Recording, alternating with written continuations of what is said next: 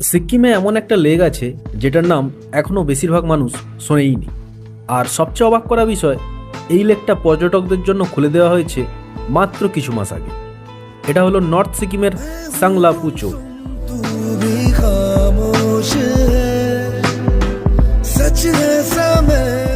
Sea level থেকে প্রায় 16,670 foot উচ্চতায় অবস্থিত এক অপার্থিব সৌন্দর্যের লেক।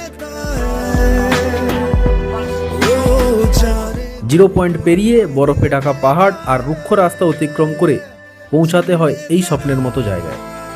চারপাশে শুধু হিমালয়, নীল জল আর এক অদ্ভুত নিস্তব্ধতা। এমন দৃশ্য দেখে সত্যিই মনে হয় পৃথিবীর নয়, যেন অন্য কোনো গ্রহে চলে এসেছি।